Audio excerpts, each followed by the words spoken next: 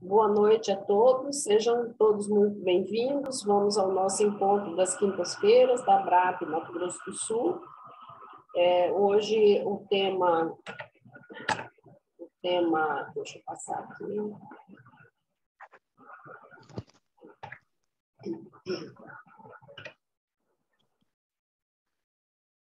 A verdade libertadora, e eu sou a psicóloga Edna e hoje eu vou conduzir esse estudo. No capítulo 10, dessa obra, Momento de Saúde de Consciência, médium de Paulo Pereira Franco, pelo Espírito Joana de Ângeles. Vamos lembrar que a primeira edição foi em 91 desse livro, né? O meu livro é da edição de 2014, mas a primeira edição foi em 1991. Começa com essa linda mensagem aqui. A verdade divina penetra-me, é uma oração, né? A verdade divina penetra-me e transforma-me, ao deixar-me impregnar, renova-me, e todas as acusações que me fazem os frívolos e maus não me atingem, não me perturbam. Permito-me seguir a trilha da libertação com entusiasmo e paz. A verdade divina inunda-me a consciência. Penso e ajo com correção. Então, aqui nessa prece da Joana, ela já vai dar uma dica para nós, né? Qual é essa verdade que ela vai discorrer aqui, tá? Então, aqui para os presentes, a minha pergunta vai ser essa. Qual a palavra que a define para você? Cada um. É uma palavra, tá? Qual a palavra que define a verdade para cada um que está aqui ouvindo agora?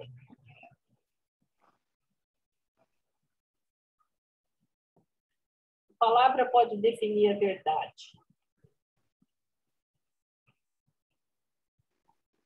A razão, eu acho que é a razão que traz a verdade, né?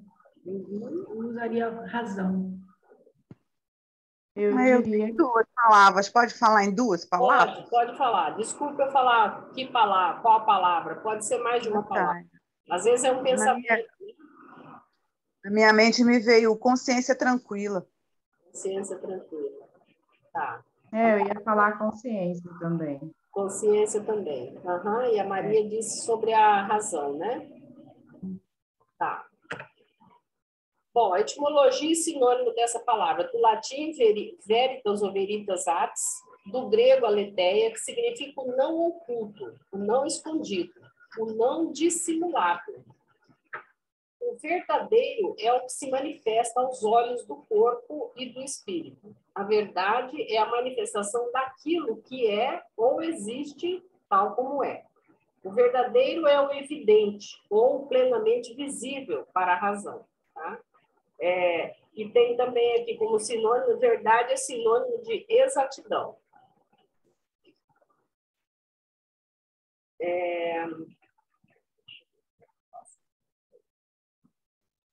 Espera um pouquinho só.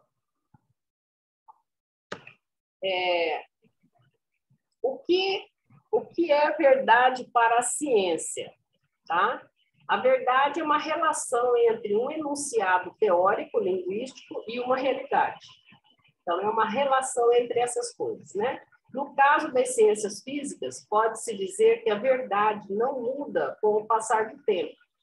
Por exemplo, tomemos o enunciado: o cometa é um fenômeno cósmico. Como a ciência busca a verdade?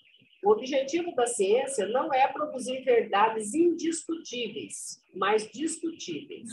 Nem as ciências naturais e exatas produzem verdades indiscutíveis. As ciências sociais realizam perfeitamente o trabalho de gerar verdades que possam ser discutidas. Elas são como as demais ciências e, em certos aspectos, até mais exigentes.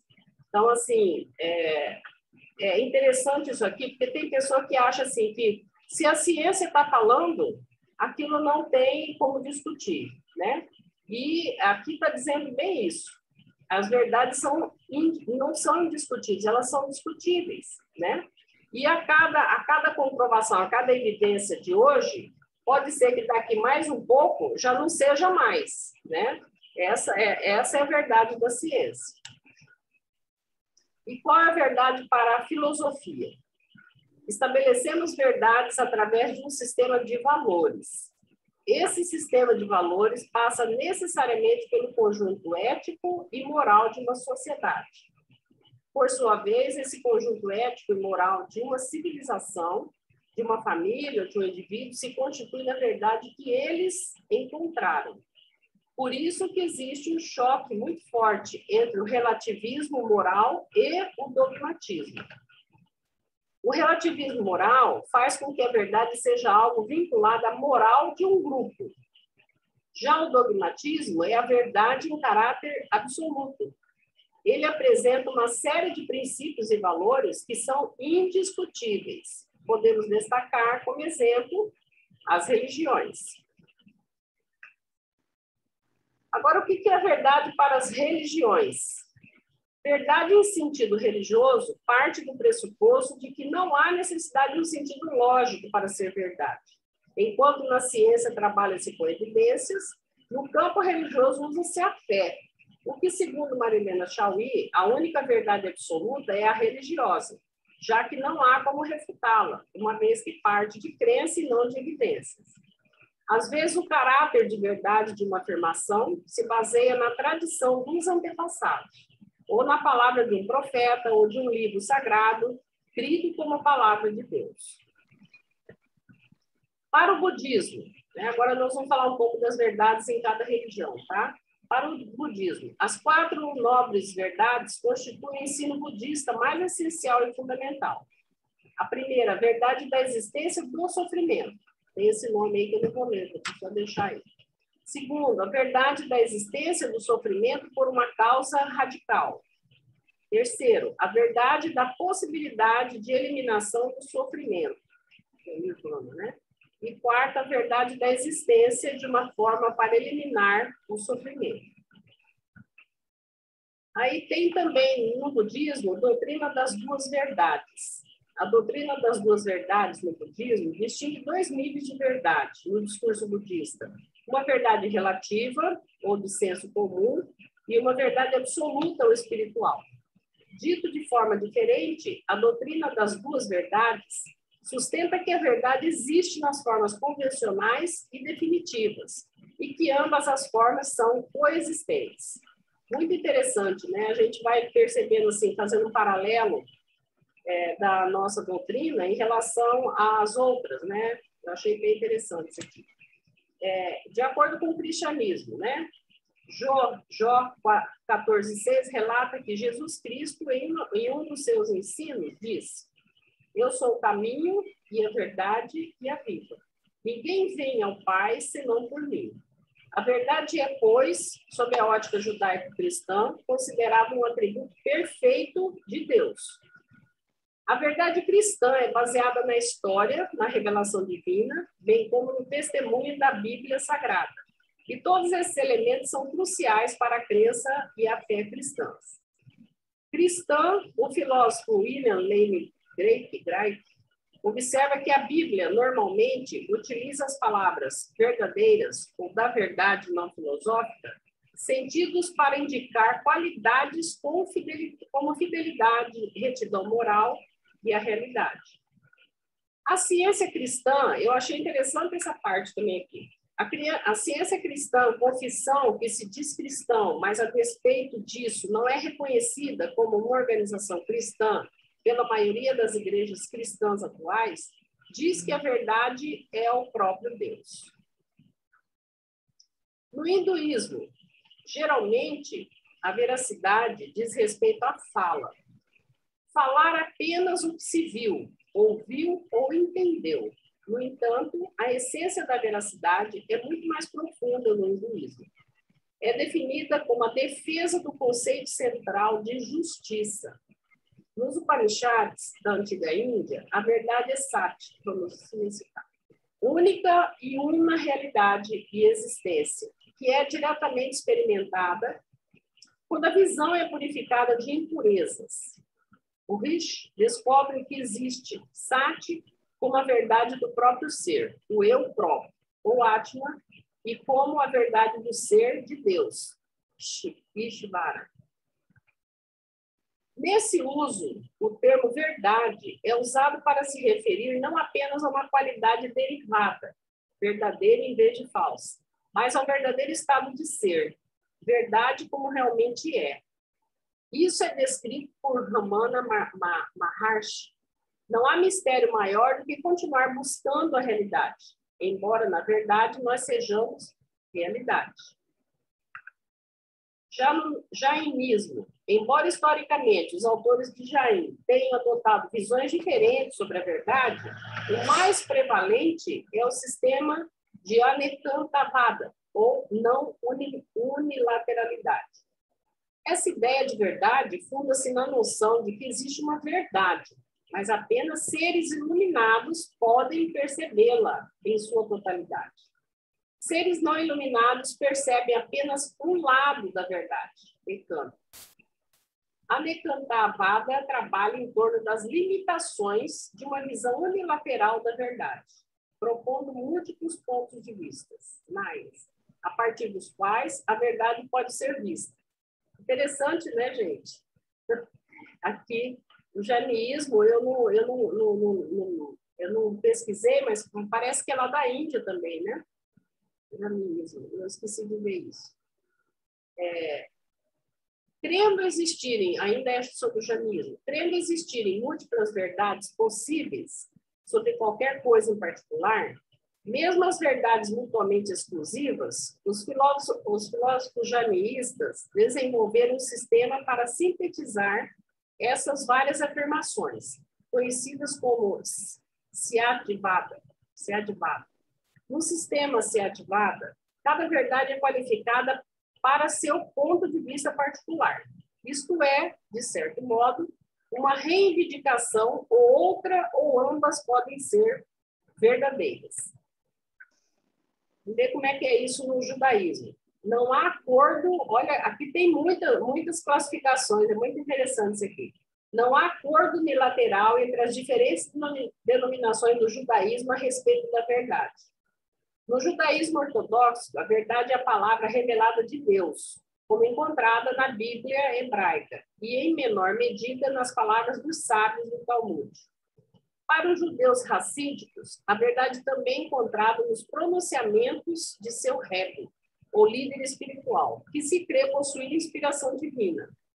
Pode-se, uma seita racídica polonesa era conhecida por sua obsessão pela verdade. No judaísmo conservador, a verdade não é definida como literalmente entre os ortodoxos. Tá, os ortodoxos, a verdade é a palavra revelada de Deus, né? Então, no judaísmo conservador, a verdade não é definida como literalmente entre os ortodoxos. Embora o judaísmo conservador reconheça a verdade do Tanakh, em geral, ele não concede esse status a cada declaração ou palavra contida nele, assim como os ortodoxos, que é da Bíblia, né, hebraica. Além disso, ao contrário do judaísmo ortodoxo, o judaísmo conservador crê que a natureza da verdade pode variar de geração em geração, dependendo das circunstâncias. Por exemplo, com relação à halakha, ou lei judaica, o judaísmo conservador crê que pode ser modificada ou adaptada, dependendo das necessidades das pessoas. Está vendo quanto conceito de verdade aí? Tem mais um. O judaísmo reformista adota uma abordagem muito mais liberal sobre a verdade. Não sustenta que a verdade é encontrada apenas no Tanakh. Antes, existem núcleos de verdade em praticamente todas as tradições religiosas. Além disso, sua atitude em relação ao Tanakh é, na melhor das hipóteses, um documento cujas partes podem ter sido inspiradas, mas sem nenhum monopólio particular da verdade, ou de qualquer forma juridicamente vinculativa. Essa fonte foi lá da Wikipédia, eu não peguei de site, todos eles de site acadêmico, tá? É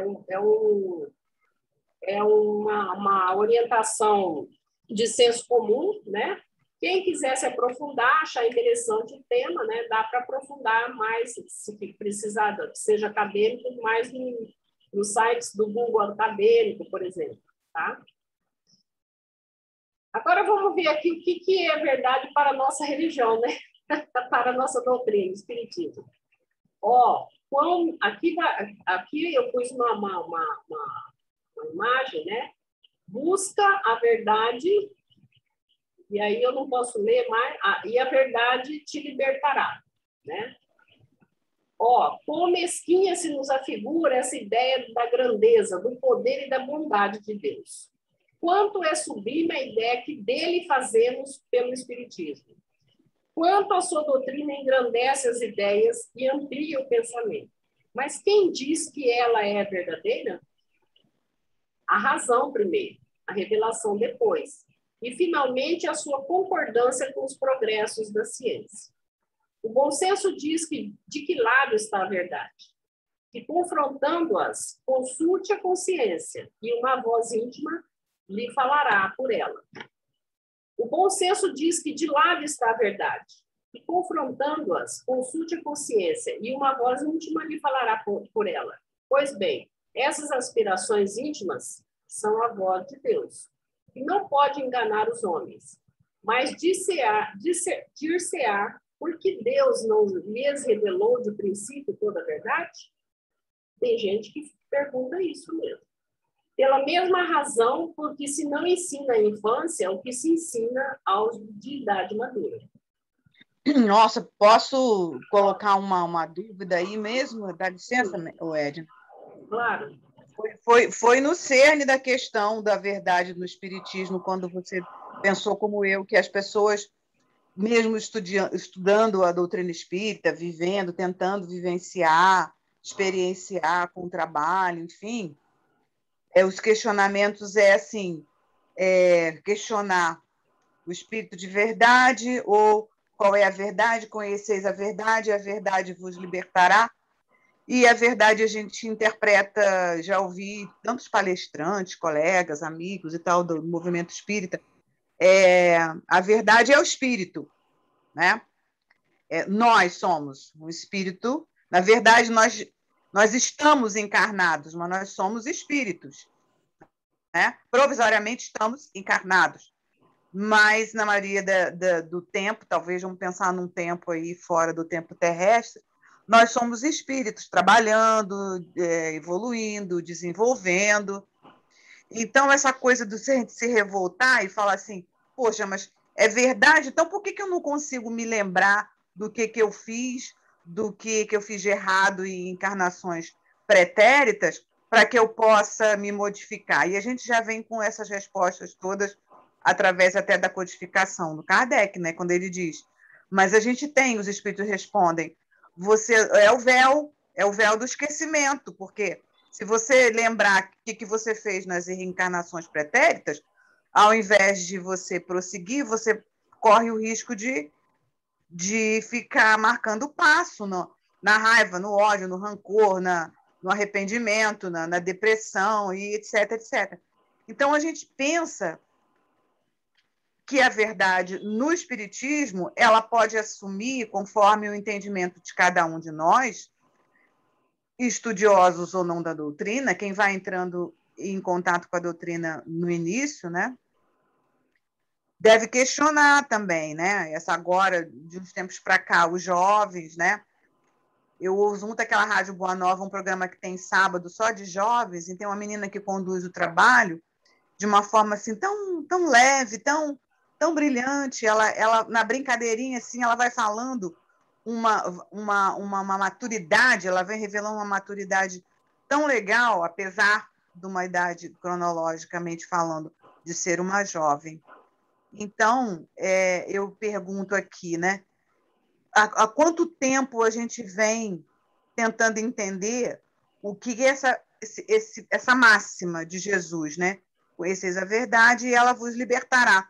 E a gente pega na linguagem jurídica, enquanto você estava falando, discorrendo sobre as diferentes definições de verdade a partir antes de chegar aí, na Joana, eu lembro que quem trabalha na parte jurídica aí no grupo vai lembrar, eu não sei se ainda é até hoje, que o réu, antes de se colocar os testemunhos, né, coloca a mão em cima de uma Bíblia e diz o quê? Eu juro dizer a verdade, nada mais que a verdade, né? E essa verdade tem um peso diferente para cada um que diz isso, né? Deixei aí no ar aí a reflexão. Muito interessante a gente, por exemplo, cada um, quem está assim, pretendendo, né, conhecer esse conceito de verdade, até para poder sintonizar em qual eu vou para o lado da filosofia, eu vou para o lado da ciência, eu vou para o lado de religião, que religião, né, que mais sintoniza com o meu conceito de verdade, né? Acho que dá para a gente refletir assim também. Continuando aqui com o Espiritismo, o homem, por mais convencido que seja, quando fala, tem, algumas vezes, a dúvida no íntimo do coração, desconfiando, senão da verdade que proclama, ao menos dos meios imperfeitos empregados para demonstrá-la. Convencido da verdade que insinuava, tive muitas vezes de dar combate a mim mesmo, ao desânimo de ver, de tocar, por assim dizer, a verdade, e não poder torná-la igualmente palpável aos que dela tanto precisam para prosseguir no caminho que lhes conviria. Esse texto está no Céu e Inferno do Kardec, tá? No livro, né? Agora, a Joana, tá? O capítulo em si desse livro. O mundo, olha o que a Joana fala, o mundo está repleto de verdades, conceitos frágeis, filosofias esdrúxulas, ideias estapafúrdias, pensamentos sem estrutura de lógica, apresentando-se como verdades, são acolhidos com esmero. Ao lado desses e outros mais estranhos, incoerentes, pululam as verdades de cada um, em aguerridas lutas de facções, de classes, de correntes que desejam dominar. Por aí vocês percebem que é apenas um conceito, mas é um conceito muito profundo. E Joana está trazendo exatamente isso aí, né? Tem a verdade do coletivo, mas tem a verdade de cada um, e cada um vê essa verdade conforme os seus próprios valores, né? Vocês estão conseguindo ler aí que esse negócio ficou... Eu não estou conseguindo ler lá em cima. Vocês conseguem aí, não? Sim. Antes da palavra verdade, porém, é que no meu computador aqui... Paira. Não, esse aí eu estou lendo. É lá em cima, no título. Eu não consigo ler porque... Reação. Qual a reação? Negócio aqui. Hã? Qual a reação da verdade em nós? Ah, tá. Qual a reação da verdade em nós? Obrigada. A verdade, porém, paira sobranceira, imperturbável, acima das paixões dissolventes, aguardando brindar-se àqueles que aspiram às concepções elevadas e entregam-se à estesia, que é a sensibilidade, né? Ao conhecimento, à razão, ao mergulho no seu conteúdo iluminativo. Então, assim, a verdade liberta, acalma e pacifica. Ela vai também levando para essa linha, Joana, tá? A verdade, ela não é angustiante, tá? A Joana vai levando agora, a partir de aqui, esse é um sinal para nós, né? É um traço, né? A verdade liberta, acalma e pacifica. Ela vai falar mais disso mais para frente. Tudo quanto aflige, a verdade o que não é, né? Vocês vão falando para mim aí que eu não consigo ler com esse negócio aqui em cima. É verdade, 2 pontos. O que não é. Não é. Tudo quanto aflige, apaixona, aguilhoa, da verdade nem sequer possui aparência.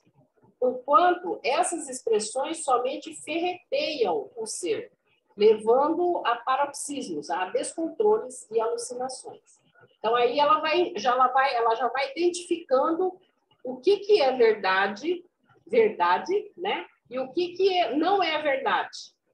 Vai excluindo o que não é verdade. E tem cara de verdade, tá? Então, assim, é bom para nós também sabermos, né? Se é uma questão interna, individual ou mesmo coletivo, tudo que que a Joana fala aqui, ó, tudo quanto aflige, apaixona, guiou, de verdade nem sequer possui aparência, né?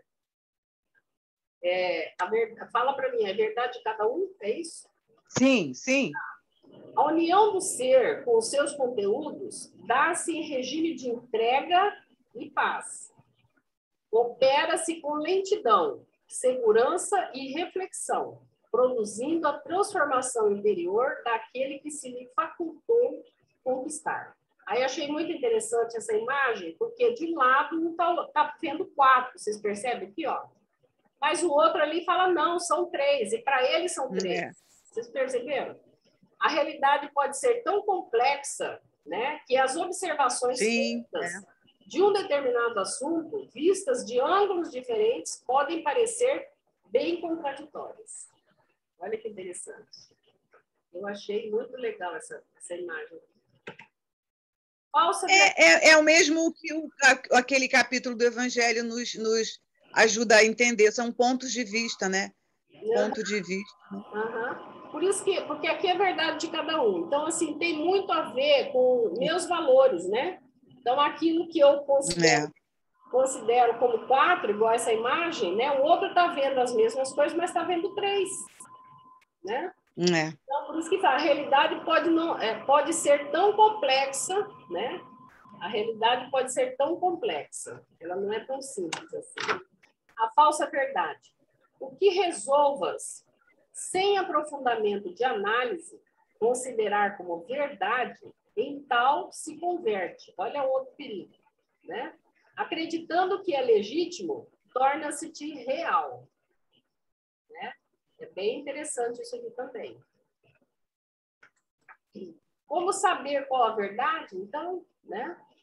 Necessitas, no entanto, submeter as tuas crenças ao crivo da razão, verificando quanto... Está vendo a resposta sua, Maria? Sobre o que você falou da verdade, né? Necessitas, no entanto, submeter as tuas crenças ao crivo da razão, verificando quanto resistem ao escalpelo, né? Que é a investigação, análise da lógica do bom senso. Por isso, as críticas e admoestações, que é repreensões, né? Por isso, as críticas e repreensões que te fazem não te devem perturbar, levando-te a desequilíbrios. Aqui vem um pouco daquilo que você leu antes, que nós não estávamos gravando ainda, né, Fátima? Sobre a questão da identidade, né? Da personalidade, da própria identidade, né? A gente não dá tanto poder para o outro, né? Para, por exemplo, de um parecer não positivo do outro em relação a uma ideia minha, alguma coisa minha, de chegar ao ponto de me desequilibrar, né? Eu acho que assim, o exemplo que eu sempre lembro desse caso aqui, eu lembro do Chico, né? O Chico dizia que quando a gente recebesse, e ele falava assim, até tinha gratidão pelo... Seu som da Edna está ficando ruim. Está falhando, Edna. Oi? Está falhando. Está falhando? Ai, meu Deus. Volta. Tá, até onde que vocês me ouviram? Repete os 2 minutinhos só para cá. Lembrei agora, né, nesse contexto aqui, né, nesse texto, tá?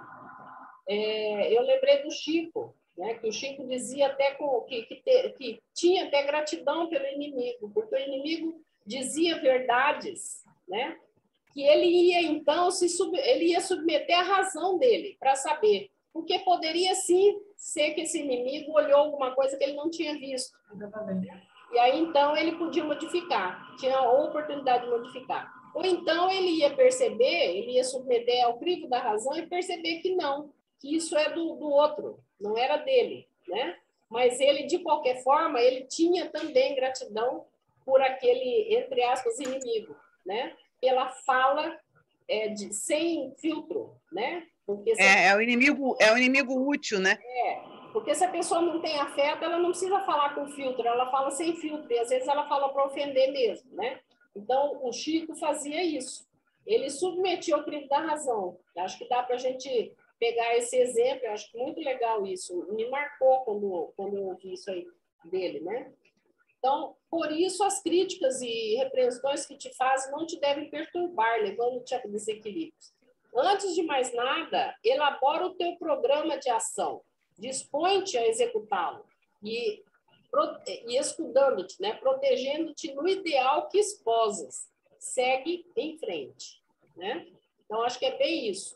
Aquele que contribuiu, positivo ou negativamente, a gente leva para nosso raciocínio, para nossa reflexão, e a partir, mas isso não, que não nos desequilibre, né? A gente tem um propósito, a gente tem uma missão e a gente não pode, por conta disso, desistir, né? Ou parar, né, de algum propósito nosso, algum objetivo nosso. Lê para mim aí em cima o que está escrito lá em cima, não sei o que de cada um. Certeza da verdade de cada um. Como que é? Não entendi. Certeza da verdade de cada um. Tá. Não debatas com os donos da verdade do mundo, os teus planos e aspirações, especialmente aqueles que são da tua órbita de conduta íntima, porquanto eles não estão dispostos a compreender-te, menos ainda ajudar-te. A maioria deles é constituída por combatentes apaixonados das suas verdades transitórias, que não cedem, porque ainda não estão convencidos delas. Vocês pegam essa frase aí, ainda não estão convencidos delas, tá? Por isso, tornam-se críticos severos, vigias agressivos, lutadores contundentes contra os outros. Então, esta frase, eu vou ter que diminuir aqui que não passou, só um pouquinho. Esta frase, ainda não estão convencidos delas, isso é fanatismo, tá? Então, o que é o fanatismo? É o religioso obsessivo que pode levar a extremos de intolerância. Faccionismo, sectarismo partidário, adesão cega a um sistema ou doutrina, dedicação excessiva a alguém ou algo, paixão. Então, quando a gente perceber dentro de religiões ou dentro de outros contextos, a pessoa ela é muito ferrenha, né, naquilo e está exagerado, você pode saber que ali no fundo, né, tem uma insegurança daquela própria fala. Tá? É isso que a Joana coloca aqui. Tá? A pessoa ela precisa estar potencializando para ela aquilo, sabe?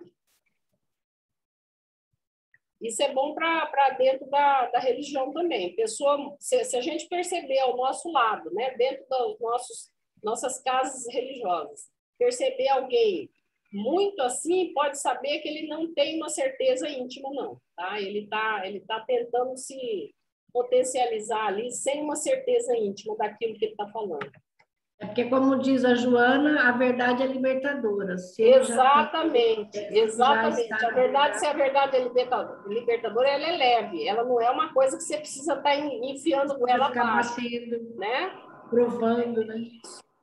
Agora, aqui, o que leva ao fanatismo? Para muitos especialistas, o fanatismo é uma resposta à insegurança e o medo ao julgamento dos demais, funcionando como escudo de proteção. Olha bem.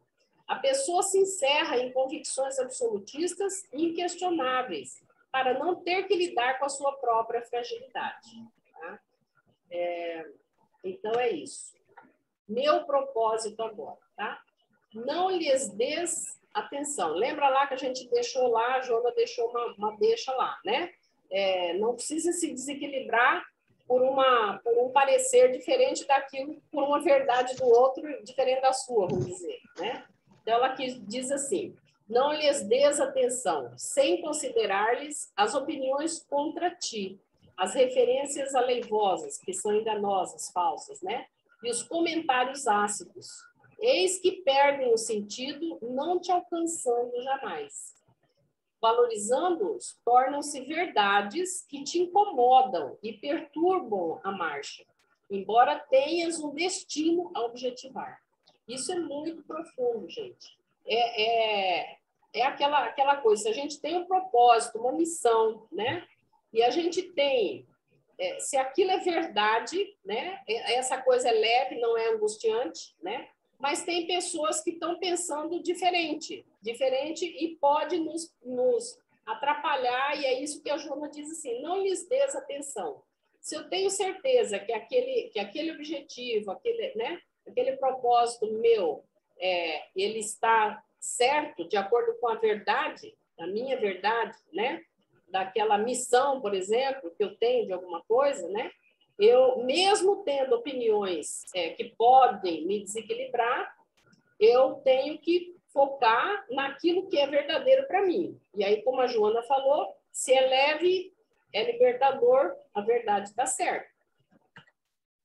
Equilíbrio. A verdade dá equilíbrio, estimula a ordem e o respeito às ideias dos demais.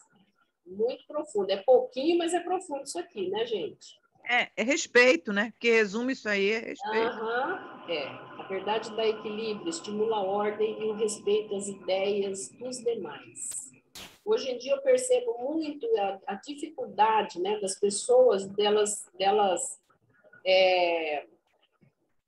conseguirem pelo menos ouvir, sabe, uma coisa contrária. Elas têm dificuldade até de ouvir, não precisa concordar, vai respeitar, né? As pessoas, nós estamos vivendo um momento de total desrespeito, né? Ninguém precisa pensar igual, cada um pensa de uma forma, e a gente precisa respeitar a forma das pessoas, né? Amor a si mesmo, é isso? Tá.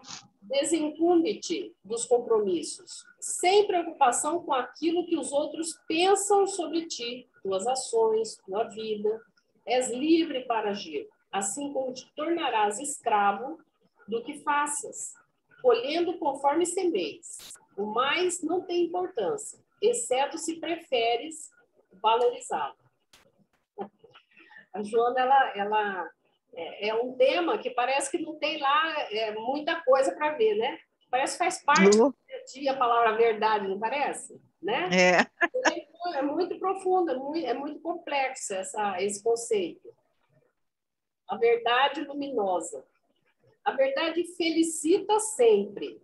Assim, deixa-te penetrar pela sua força dominadora e segue tranquilo, amparado por ela. E Jesus é o caminho, a verdade e a vida, né? Então, o que fica para mim, né, é exatamente isso. A verdade, ela é leve, né?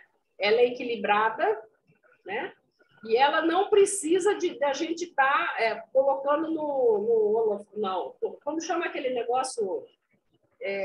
Não é microfone, aquilo? Assim, megafone? Megafone, né? Eu não preciso estar colocando no megafone a minha verdade, né? E se uma verdade do outro é tão diferente da minha, eu não preciso me desequilibrar. Se eu tenho certeza da minha verdade, se ela é leve, né? Se ela é uma verdade que me felicita, como a Joana está falando aqui, né?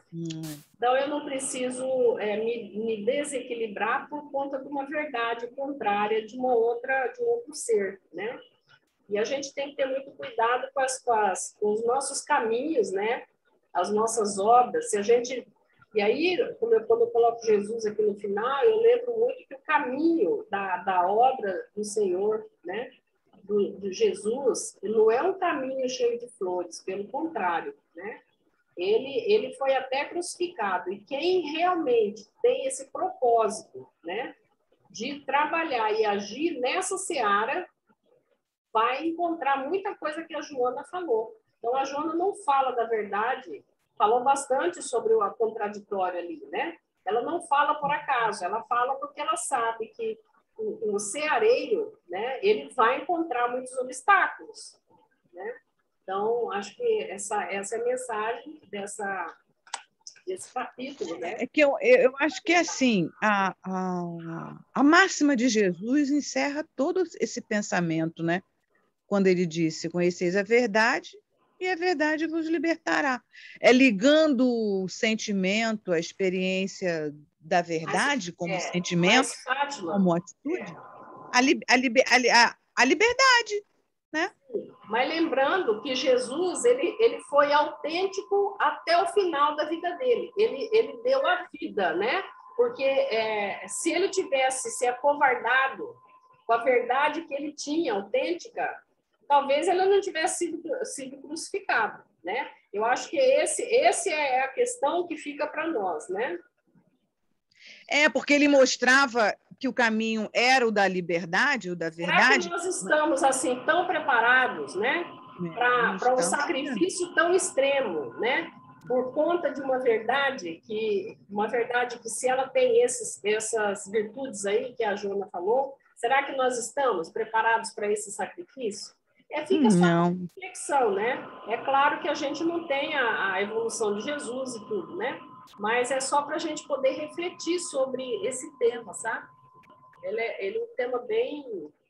É como você disse, em poucas palavras, aí, em pouco tempo, os ensinamentos da Joana e o que você trouxe também de teoria, né, das outras religiões, já nos ofereceu aí um leque de definições de verdade, né? Um tempo atrás, agora não ligo mais não, mas uns 10 anos atrás, quando eu tinha ainda 10, 20 anos, filha adolescente, eu ficava irritada quando ficavam os três, né? Nós temos 2 filhos, não ficavam os três na sala assistindo programa de esporte, e aquele, não sei, Júlio, se o Júlio gosta de futebol, ou alguma amiga aí também gosta, mas eu não tenho paciência para assistir esses comentários de jogos. Depois que acaba o jogo, ficavam até meia-noite ouvindo aqueles caras comentar, a bolinha foi para lá, foi para cá, veio para cá. E aquele tal de Neto, é porque eu ouvia porque eu tinha filha adolescente, então eu queria dar minha opinião, eu fazia esse sacrifício. Ficava ouvindo aquele Neto. E tem muita gente, até professores mesmo, colegas, que tem no discurso a palavra verdade. Aí ficava aquele Neto assim, discutindo um lance. Não, peraí, mas na verdade é assim, na verdade ele nos jogou assim, na verdade ele não desacatou o juiz, na verdade ele fez o que ele achou certo, na verdade o juiz não tinha que... Era o tempo todo ele dando as verdades dele e ele falava assim. Aí eu chegava na sala e falava assim, gente, quem é que está com a verdade aí, afinal? Vocês viram o jogo? Qual a opinião de vocês? Ali de 3 ali, cada um tinha uma diferente, cada um tinha a sua verdade. Aí eu falei, cara, o negócio é complicado. Né? Eu estou tentando abrir aqui para todo mundo e não estou conseguindo, tá, gente? Olha, deixa eu falar. Eu acho que a verdade, ela está muito de acordo com o nível de ampliação de consciência que cada um está num determinado momento. Porque muita coisa que é verdade agora, depois não vai ser uma verdade tão absoluta como acha que é agora. Sim, a verdade ela é mutável, porque de acordo com o plano de visão da pessoa. Então, por exemplo, hoje, aquilo que uma pessoa pode acreditar como, nossa, é uma verdade, né? É a minha verdade. Depois pode até ter vergonha disso que acreditou. Exatamente. Tem isso. Né? Mesmo hoje, se sentindo em paz, tranquila com essa verdade da pessoa, ainda assim, Ixi, minha câmera está aqui, não sei o que está acontecendo. Ainda assim, isso muda, né? Isso muda. Porque quando você acha que você está depois, com a ampliação da visão, da consciência, né? Você enxerga isso por outros parâmetros, e aí você pensa assim, nossa, eu estava tão confortável naquela verdade, né? Agora essa verdade já não é mais tão verdade, né? Agora ela é de outro jeito. Então, isso acho que tem mais a ver com a forma como a consciência vai transitando em, sei lá, não sei se posso falar em outras, não sei. É que taxas, né? eu acho que na verdade você, acho que na verdade, olha aí para não ser repetitiva. Na verdade, a gente quer encontrar a nossa verdade, mas a gente sempre precisa do outro para reiterar, para exercitar. Que verdades são essas? Não Olha, assim. olha a mensagem que Quando a você gente se teve, sente. que você leu, Fátima. A mensagem que você leu no começo fala muito sobre Aham. isso, né? O quanto que a gente fica mergulhado no universo do outro, do O que os outro, outros é. falam, né? E aí isso acaba influenciando, né? Sim, exatamente. Então, eu digo assim, o conceito que me vem assim mais sedimentado de verdade é aquele que a gente ainda vai ficar muito tempo, nós aqui, espíritos encarnados aqui na Terra, e até talvez depois que sair, é a busca pela verdade, porque senão a gente vai, sei lá, não estou sabendo dizer o que eu estou pensando, não, mas é mais ou menos um negócio assim. A gente vai ter sempre o outro para ser a nossa referência do conceito de verdade que nós temos. Na realidade, nós fazemos, como você falou, você vai agregando, você vai eliminando, como a Edna explicou também no texto, você vai eliminando aquilo que não era mais, não é mais verdade para você, já foi há 20, 30 anos atrás, mas hoje já não é mais uma verdade. Você vai aprimorando o seu conceito de verdade ao longo da tua existência, das tuas experiências, mas sempre tendo como referência perguntas aí da verdade hoje sobre a temática justiça, né? Eu entendia como há 30 anos atrás, como eu entendo hoje o que é justiça. É transparência? É punição? É reabilitação? Por aí vai, a gente, sei lá. Posso falar um pouquinho? Fala, Maria. Como que eu entendo isso? Eu entendo que é um atributo da divindade, né? Jesus, ele fala, eu sou o caminho, a verdade, né? Então, assim, ele coloca como existe uma verdade absoluta. Nós, como a Renata estava falando, vai depender da nossa capacidade de perceber e de descobrir e de conhecer essa verdade. Então, a nossa busca eterna pela nossa, usando a nossa razão, né? Porque eu acho que para chegar na verdade você tem que usar a razão, o raciocínio, a lógica, né? Para ir no caminho dessa verdade. Existe uma verdade absoluta que eu acho que deve ser um atributo divino. Nós estamos sempre em busca disso. E aí essa nossa caminhada aí isso é que muda. Um dia eu estou olhando por um lado, outro dia eu estou olhando por o outro lado, essa verdade. Uma pessoa olha por uma perspectiva, o outro olha pela mesma, pela outra. As pessoas estão falando sempre da mesma coisa e às vezes estão brigando, como aquela imagem que a Edna colocou, né? Porque cada um olha por um ângulo, né? Olha para a mesma verdade, só que com ângulos diferentes. E às vezes dá até discussões, as pessoas ficam brigando pela mesma coisa a vida inteira, e estão falando da mesma coisa. Estão falando da laranja. A laranja é a laranja, mas eu olho a laranja pelo cabo, o outro olha pelo rabinho, o outro olha por dentro da casca, o outro olha por fora, né? Mas a laranja é a laranja. Existe uma verdade absoluta ali naquilo, né? A nossa percepção, como a Renata está falando, é que esse grau de percepção é que vai determinar como é que eu enxergo essa verdade e quanto que eu acesso essa verdade, né? E eu penso que isso é uma busca eterna nossa, de ir atrás dessa verdade. E aí a Jana vem dizer que essa verdade ela é libertadora, ela é leve, né? Porque é realmente um atributo da divindade, né? Naquele livro Autonomia, o autor ele fala, né? Ele coloca como valor 3 pilares dos valores divinos, ele coloca um é a verdade, o outro é o bem e o outro é o belo. São 3 pilares. Então, a verdade você busca através da razão, tua razão vai te colocar na verdade. A sua vontade vai determinar o bem ou o mal, em que lugar que você vai ficar. É a sua vontade que determina se você vai para o bem. Então, é uma outra faceta. E a sua imaginação, a capacidade de criação, te levaria para o belo. Então, seriam esses 3 atributos da divindade, né? Assim, da filosofia da divindade total, né? E a verdade, no meu entender, estaria aí. Ela é absoluta. O que é. Nós é que, com a nossa cultura e com o nosso conhecimento, vamos mudar, né? Por exemplo, uma cadeira é uma cadeira, né? Uma criança de 2 anos vai olhar para essa cadeira e ter uma percepção dela.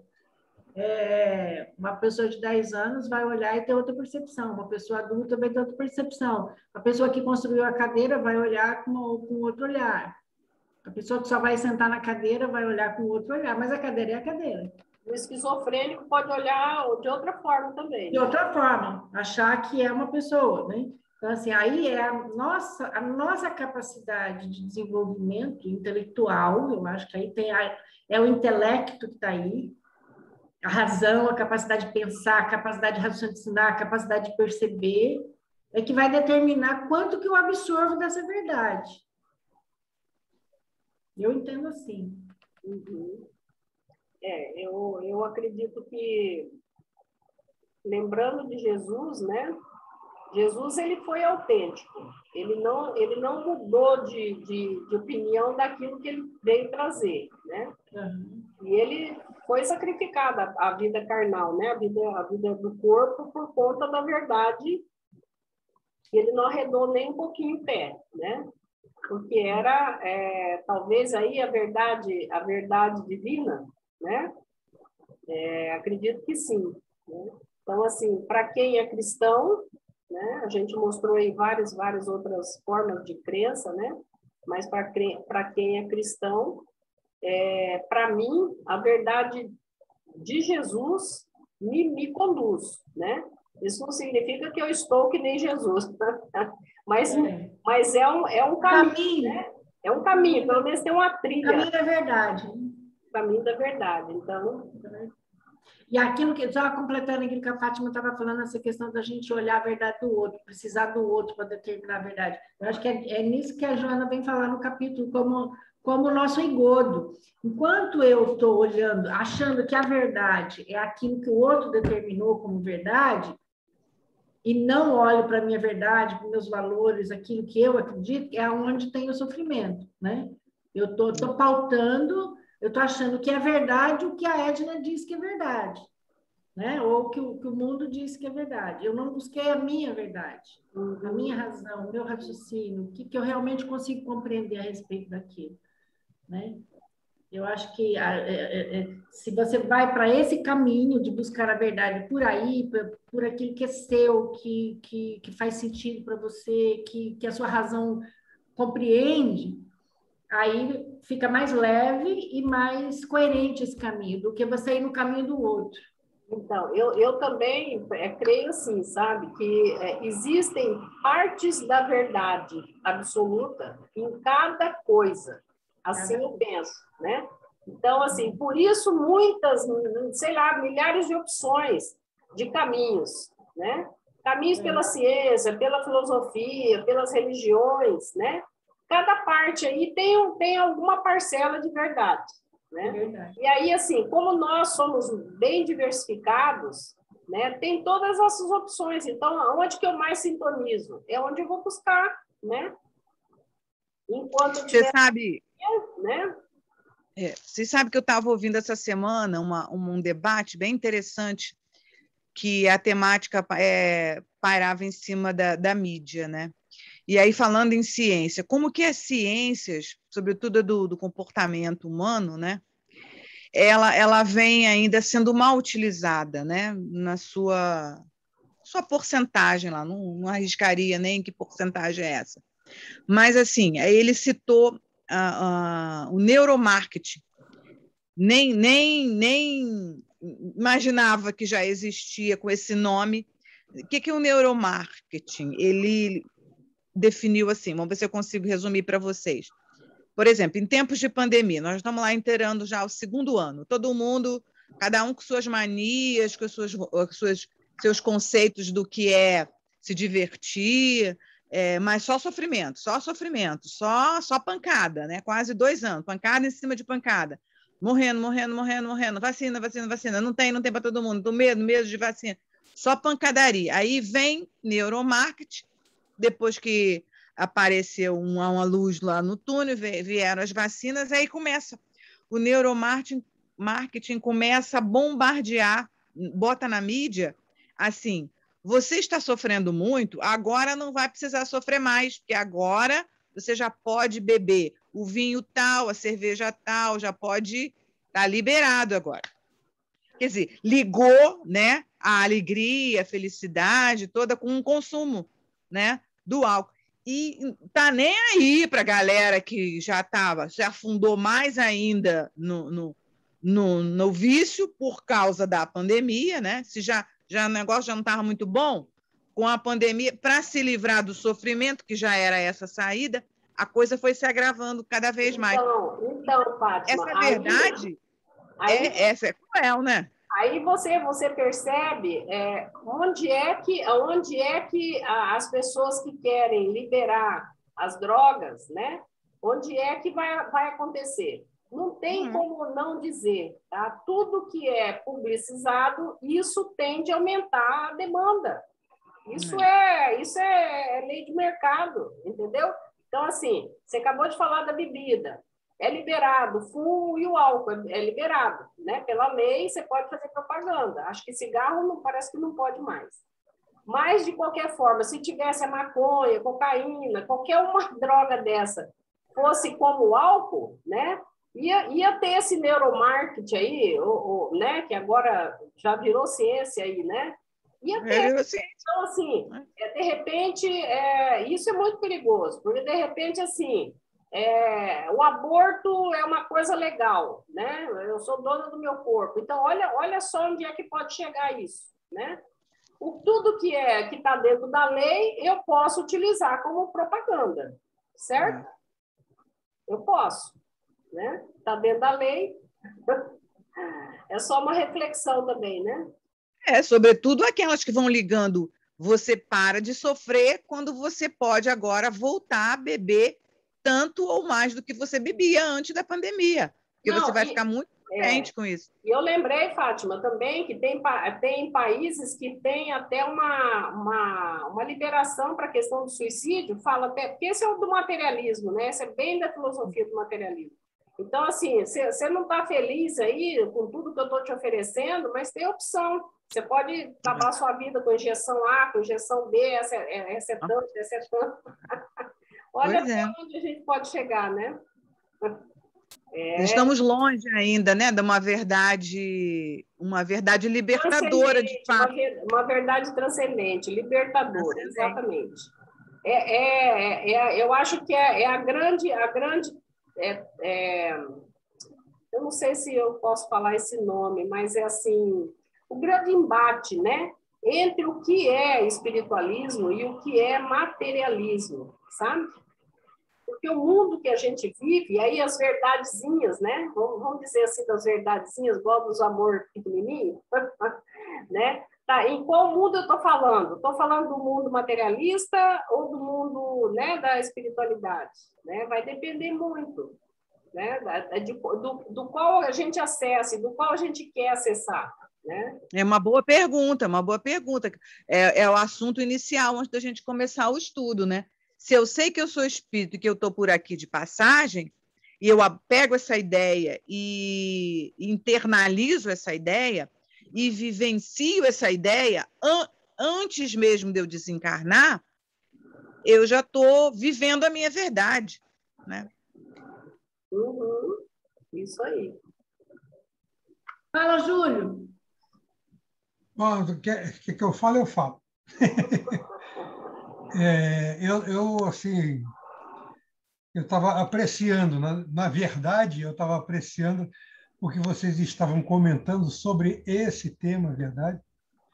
E, assim, cada uma abordou um aspecto diferente daquilo que se entende como verdade, e todas estavam com a verdade quando assim, levantou uma questão, né, que assim, propriamente se ajustava a esse tema, e todas, sem exceção, né, tinham assim, certeza de que aquilo que estava sendo colocado se ajustava perfeitamente a essa questão, né, a esse tema, verdade.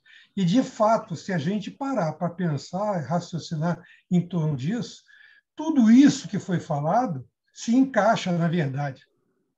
A única coisa que destoa disso daí é aquele que Maria vai com as outras.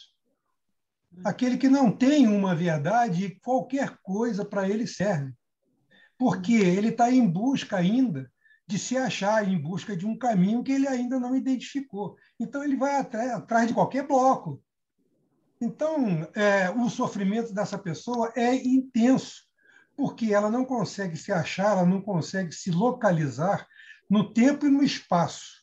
Então, ela se liga a qualquer coisa e a qualquer um. E aí se deixa levar por situações absolutamente constrangedoras e que podem fazer com que ele, de fato, sucumba logo ali na frente e se arrependa seriamente e verdadeiramente de não ter, de repente, definido uma verdade para ele e ter simplesmente ido pela cabeça dos outros. E isso é uma coisa que a gente sempre fala, principalmente para os nossos filhos, né? Não vá pela cabeça dos outros. Né? Pare, pense, raciocine, procure entender o que você é, onde você está, tudo aquilo que os pais já falaram, já comentaram, já alertaram, coisa e tal. E a gente insiste assim permanentemente com relação a isso. E a gente quer que os nossos filhos tenham opinião. Não interessa se é concordante ou não com a nossa, né? Isso aí vai muito daquilo que é a própria personalidade da pessoa, as suas vivências espirituais anteriores, como ela se apresenta agora, como é que as coisas tiveram reflexo dentro da sua formação, né?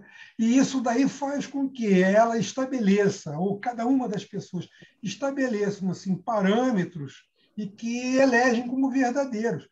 Mas isso é, de fato, mutável na medida em que você cresce, na medida em que você vivencia, na medida em que você experimenta. Então, você vai ajustando, vai modificando, adequando essas suas verdades àquilo que te faz realmente acreditar que você está no caminho certo, seja ele qual for. E para os outros pode ser o caminho totalmente equivocado. Mas não interessa, isso é a experiência dele, é a vivência dele, é a hora dele se achar e enxergar aquilo que é verdadeiro ou falso, certo ou errado. Naquele momento. Pouco importa.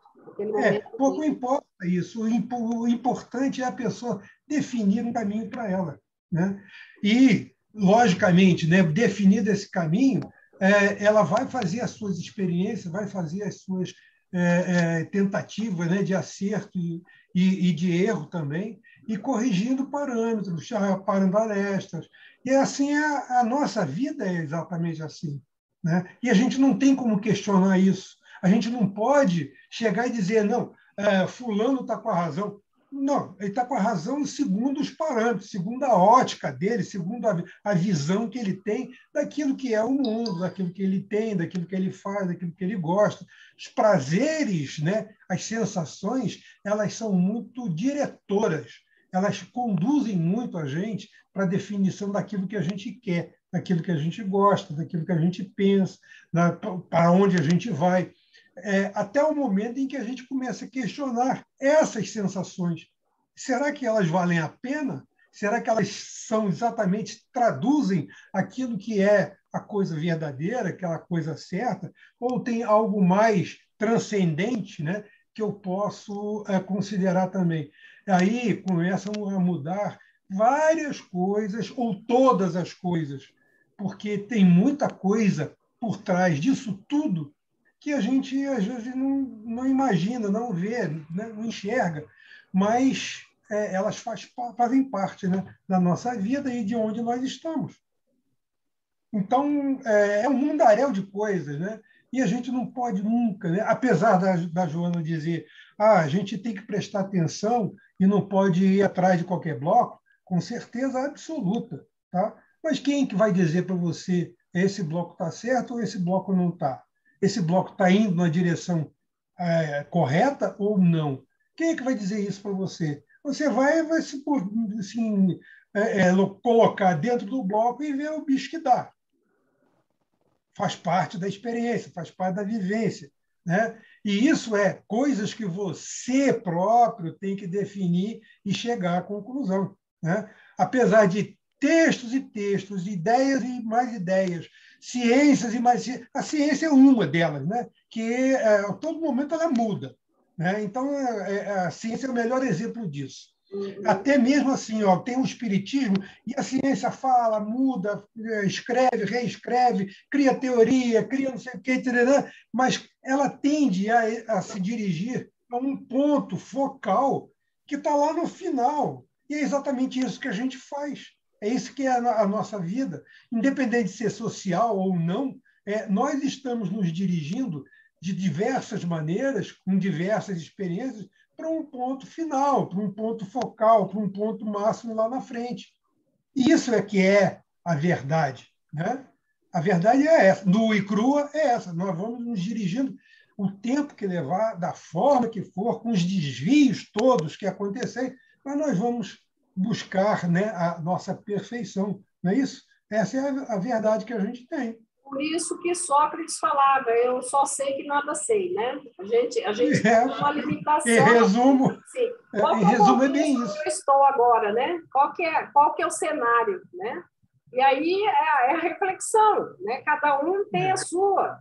E a gente não sabe nada mesmo, né? Eu acho que o Sócrates é um cara muito sabido, né? E quando diz lá, Jesus disse, eu sou a verdade, eu sou a vida, coisa e tal, eu sou o farol, ninguém enxerga a Deus se não for por mim. E o que ele está querendo dizer com isso? Né? Não adianta, vocês podem sapatear à vontade, podem dançar a dança que vocês quiserem, mas só tem uma coisa que é realmente verdade, né? É para onde nós vamos. Para nós é verdade. Os caminhos são seus. Para nós é verdade. Tem pessoas que não pensam assim, né? Elas têm mas enquanto pensam diferente, né? Enquanto então, assim, pensam diferente. Mas elas têm o direito a isso. A fala, né? Isso me consola, isso está leve para mim, né? Então, tá bom, né?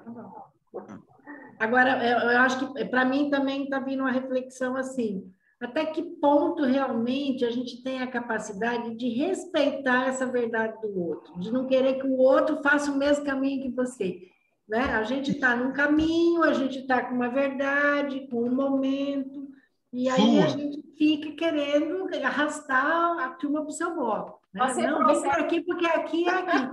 E às vezes, né, a gente... Mas é o tal negócio, né? Bloco de um só não existe. Aí não é bloco.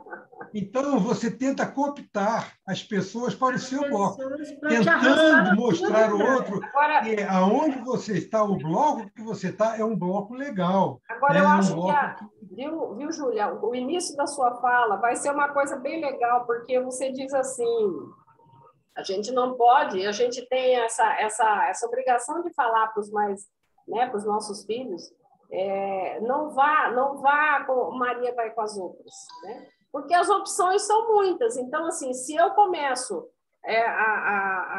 a me educar, a refletir sobre as coisas, né? Uhum. Eu tenho opções, muito mais opções de escolher aquilo onde eu vou me dar melhor. Porque se eu sou Maria vai com as outras, a chance de eu dar com os burros na água é muito grande. Então, eu preciso, se eu pegar essa minha capacidade reflexiva, né?